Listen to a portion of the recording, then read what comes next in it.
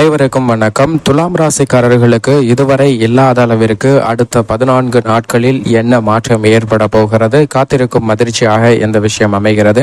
அதே சமயம் கிரகநிலைகளில் ஏற்படக்கூடிய அதிரடியான மாறுதல்கள் மிகப்பெரிய மாற்றத்தை இந்த விஷயங்களில் துலாம் ராசிக்காரர்களுக்கு ஏற்படுத்தி கொடுக்க போகிறது என்று ஆராய்ந்து பார்க்கும் போது நிச்சயமாக ராசியின் அதிபதியாக இருக்கக்கூடிய சுக்கிரன் அஷ்டமஸ்தானத்தை விட்டு விலகுகிறார். அஷ்டமஸ்தானத்தில் ஆட்சி பலம் பெற்று சஞ்சரிக்கக்கூடிய சுக்கிரன் 13ஆம் தேதிக்கு பிறகு பாக்கியஸ்தானத்திற்குள் நுழைகிறார். இது நல்ல பலனை பெற்று தரக்கூடிய ஒரு சிறப்பான அமைப்பாக பார்க்கப்படுகிறது. அது மட்டுமல்லாது பல கிரகநிலைகளில் ஏற்படக்கூடிய மாறுதல் என்பது நல்ல மாற்றத்திற்கு அடித்தளமிடுகிறது. ஆனால் அதே சமயம் சில விஷயங்கள் காத்திருக்கும் அதிர்ச்சியாக எவையெல்லாம் அமைகின்றன என்று பார்ப்பதற்கு முன் நல்ல மாறுதலை ஏற்படுத்தி கொடுக்கக்கூடிய கிரக நிகழ்வாக அமைவது நிச்சயமாக வித்யாகாரகராக இருக்கக்கூடிய புதன் 9ஆம் தேதி முதல் வலுவாக பாக்கியஸ்தானம் ஆகிய 9இல் ஆட்சி பலம் பெறுகிறார். புதன் ஆட்சி பலம் பெறுவது நிச்சயம் துலாம் ராசிக்காரர்களுக்கு நல்ல பல முன்னேற்ற வாய்ப்புகளை பெற்றுத்தரக்கூடிய சிறந்த அமைப்பாக பார்க்கப்படுகிறது. வித்யாகாரகரான புதனின் இந்த மாறுதல் மிகப்பெரிய அளவில் வரவேற்கத்தக்க ஒரு அமைப்பாக பார்க்கப்படுகிறது.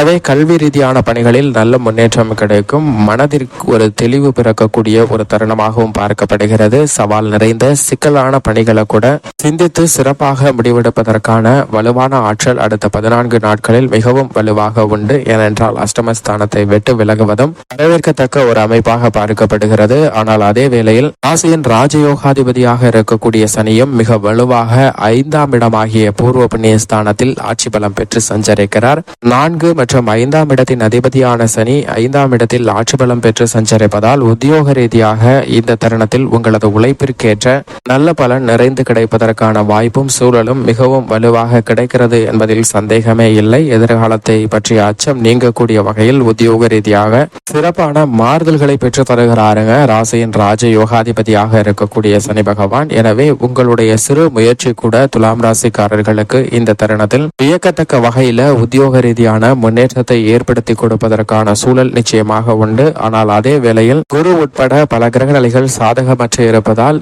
உங்களுடைய சிறு தவறு கூட மிகைப்படுத்தி காட்டப்படுவதற்கான சூழல் உண்டு. எனவே எந்த பணியை மேற்கொண்டாலும் ஒரு முறைக்கு இருமுறை சிந்தித்து செயலாற்ற வேண்டிய ஒரு தருணமாக பார்க்கப்படுகிறது. நிதானத்துடனும் பொறுமையுடனும் அத்தனை பணிகளையும் மேற்கொள்ள வேண்டும்.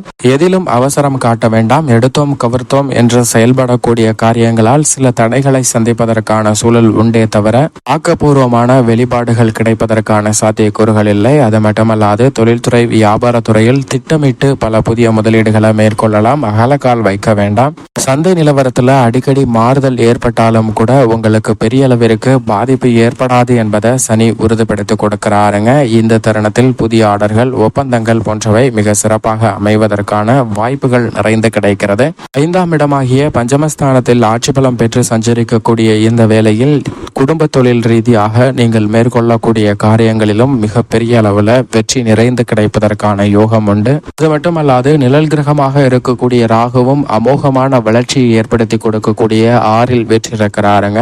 6இல் ராகு இருப்பது அனைத்து வகையிலும் நன்மை நிறைந்து கிடைப்பதற்கான சூழலை நிச்சயமாக உருவாக்கி கொடுக்கிறது. எனவே எதிர்பாராத வகையில் சில காத்திருக்கும் மகிழ்ச்சியாக பல நல்ல செய்திகள் கிடைப்பதற்கான சூழலும் உண்டு. ஆனால் அதே வேளையில் மற்றொரு நிழல் கிரகமாக இருக்கக்கூடிய கேது விரயஸ்தானமாகிய 12இல் வீற்றிருக்கிறார். கேது விரயத்தில் இருப்பதால் எதிர்பாராத விரய செலவுகளை தவிர்க்க முடியாத ஒரு சூழல் ஏற்படுவதற்கான சாத்தியக்கூறுகள் உண்டு. எனவே கூடுதல் கவனமும் விழிப்புணர்வும் மிக முக்கியமாக தேவைப்படுகிறது. ஏனென்றால் இந்த தருணத்தில் பெரும்பான்மையான கிரகநிலைகள் அஷ்டமத்தில் வீற்றிருக்கின்றன. குரு, வித்யாகாரகரான புதன், சுக்கிரன், சூரியன் என பல கிரகநிலைகள் அஷ்டமத்தில் வீற்றிருக்கக்கூடிய வேளையில் மோட்சக்காரகரான கேது விரயத்தில் இருப்பதால் திட்டமிட்டு செயல்பட்டாலும் கூட விரய செலவுகளை தவிர்க்க இயலாத ஒரு சூழ்நிலை காத்திருக்கும் அதிர்ச்சியாக ஏற்படுவதற்கான சாத்தியக்கூறுகள் உண்டு. எனவே கடன் வாங்க வேண்டிய விஷயங்கள்ல சற்று விழிப்புணர்வு நிச்சயமாக துலாம் ராசிக்காரர்களுக்கு இந்த தருணத்தில் அபரிவிதமாக தேவைப்படுகிறது என்பதில் சந்தேகமே இல்லை. அது மட்டுமல்லாது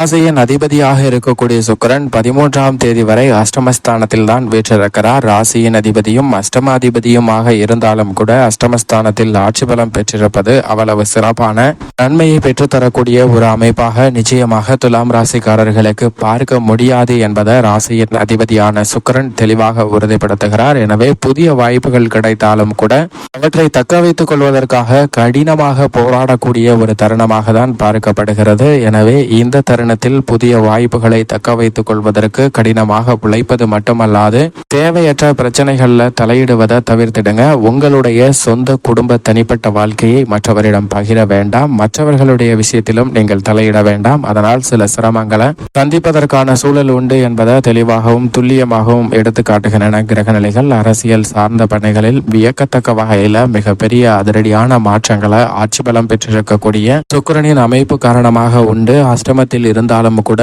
மிக பெரிய அளவுல அதிரடியான மாற்றங்களை வலுவாக ஏற்படுத்தி கொடுக்க போகிறாருங்க. எனவே இதுவரை இல்லாத அளவிற்கு வியக்கத்தக்க மாறுதலை வலுவாக சந்திப்பதற்கான சூழல் நிச்சயமாக உண்டு என்பதை தெளிவாகவும் துல்லியமாகவும் உறுதிப்படுத்துகிறார். எனவே எதிர்கால நலனுக்காக தற்போது அரசியல் சார்ந்த பணிகளில் ஏற்படக்கூடிய அதிரடியான மாறுதல்கள் நிச்சயம் மாற்றத்தை ஏற்படுத்தி கொடுக்கும். ஆனால் அதே வேளையில் சூரியன் அஷ்டமஸ்தானத்தில் வலுவாக வீற்றிருக்கிறார். 15ஆம் தேதிக்கு பிறகுதான் பாக்கியஸ்தானத்தில் நுழைகிறாருங்க. அதுவரை அஷ்டமத்தில் வீற்றிருப்பதால் இந்த தருணத்தில் மிகுந்த பொறுமையும் நிதானமும் தேவை. அலைச்சல் அதிகரிக்கலாம். உடல்நல ஆரோக்கியம் சார்ந்த தொல்லைகள் அவ்வப்போது சந்திப்பதற்கான சூழல் உண்டு. உஷ்ணத்தின் காரணமாக சில பிரச்சனைகளை எதிர்கொள்ள வேண்டிய சூழல் உண்டுங்க. எனவே இந்த தருணத்தில் விழிப்புணர்வுடன் செயல்பட்டால் இது போன்ற சிரமங்களை தவிர்க்க முடியும். அது மட்டுமல்லாது எந்த பணியை மேற்கொண்டாலும் கூட நன்கு திட்டமிட்டு மேற்கொள்வதால் தேவையற்ற அலைச்சலும் சிரமமும் குறைவதற்கான சூழல் உண்டு என்பதை சூரியன் உறுதிப்படுத்துகிறாருங்க. அது மட்டுமல்லாது சந்திரனும் பல்வேறு இடங்கள்ல மாறி மாறி செஞ்சரிப்பதால் நன்மை தீமை கலந்த ஒரு அமைப்பை தான் ஏற்படுத்தி கொடுக்கிறாரே தவிர பெரிய அளவிற்கு முன்னேற்ற வாய்ப்புகள் கிடைப்பதில் சற்று தாமதமான மந்தமான ஒரு சூழ்நிலை தான் நிலவுகிறது என்பதை சந்திரன் உறுதிப்படுத்துகிறாருங்க. இதைவிட மிக வலிமை வாய்ந்த முழு சுப கிரகமாக இருக்கக்கூடிய குருவின் அமைப்பை ஆராய்ந்து பார்க்கும் போது குரு மிக வலுவாக அஷ்டமஸ்தானத்தில் வீற்றிருக்கிறார். ராசிக்கு அவ்வளவு சகாயமானவர் இல்லை என்றாலும் கூட குரு பகவான் முழு சுபகிரகமாக இருப்பவர். அஷ்டமஸ்தானத்தில் சஞ்சரிப்பது நிச்சயம் சாதகமற்ற ஒரு அமைப்பாக தான் பார்க்கப்படுகிறது. எனவே இந்த வேளையில் இல்லத்தில் பல்வேறு வகையான கொடுக்கல் வாங்கல் சிக்கல் உள்ளிட்ட பல பிரச்சனைகள் தலை தூக்குவதற்கான வாய்ப்பு உண்டு. எனவே சற்று சிந்தித்து பொறுமையுடன் சுப நிகழ்வுகளை திட்டமிட்டாலும் சரி, எந்த முடிவு எடுத்தாலும் சரி சிந்தித்து முடிவெடுக்க வேண்டும். குடும்ப ஒற்றுமை குறையக்கூடிய வாய்ப்பு அதிகமாக உள்ளது என்பதை குரு தெளிவாக உறுதிப்படுத்துகிறாருங்க. சிலருக்கு வீடு மாறுதல், இடம் மாறுதல் ஏற்படுவதற்கான சாத்தியக்கூறுகள் கூட உண்டு என்பதை தெளிவாக உறுதிப்படுத்துகிறார். அது மட்டுமல்லாது அனாதிபதியும் சப்தமாதிபதியுமாக இருக்கக்கூடிய செவ்வாய் மிக வலுவாக சப்தமஸ்தானத்தில் ஆட்சி பலம் பெற்று சஞ்சரிக்கிறாருங்க. செவ்வாய் 7ல் இருப்பது சற்று கடினமாக உழைக்க வேண்டிய சூழ்நிலை தான் உறுதிப்படுத்துகிறது. சுப நிகழ்வுகள்ல சின்ன சின்ன தடைகளை சந்திப்பதற்கான சூழல் உண்டு என்பதை தெளிவாக உறுதிப்படுத்துகிறார் செவ்வாய். எனவே விவசாயம் சார்ந்த பணிகளிலும் கூடுதல் கவனத்துடனும் விழிப்புணர்வுடனும் செயல்பட வேண்டும். இந்த தருணத்தில் புதிய சொத்துக்கள் வாங்கக்கூடிய முயற்சியில் சற்று நிதானம் கடைபிடிப்பது சிறந்தது. இந்த தருணத்தில் ஏற்படக்கூடிய சிரமங்களை தவிர்த்து நன்மை நிறைந்து பெற வேண்டும் என்றால் நிச்சயமாக துலாம் ராசிக்காரர்கள் கிரகநிலைகளின் அமைப்பு சாதகமற்ற அமைப்பாக பார்க்கப்படுவது குரு, ராசியின் அதிபதியான சுக்கிரன், புதன், சூரியன் என பல கிரகநிலைகளும் கேது என பல கிரகநிலைகளும் சாதகமற்று இருப்பதால் இந்த தருணத்தில் நிச்சயமாக வாரத்தில் ஏதேனும் ஒரு நாள் விரதம் இருந்து அருகாமையில் உள்ள நவகிரக சன்னதி சென்று தீபமேற்றி வழிபாடு செய்யுங்கள். தடைகள் நீங்கி சுபிட்சமும் முன்னேற்றமும் தங்களுடைய வாழ்வில் நிச்சயம் இனிதாக கிடைக்கும். துலாம் ராசிக்காரர்களுக்கு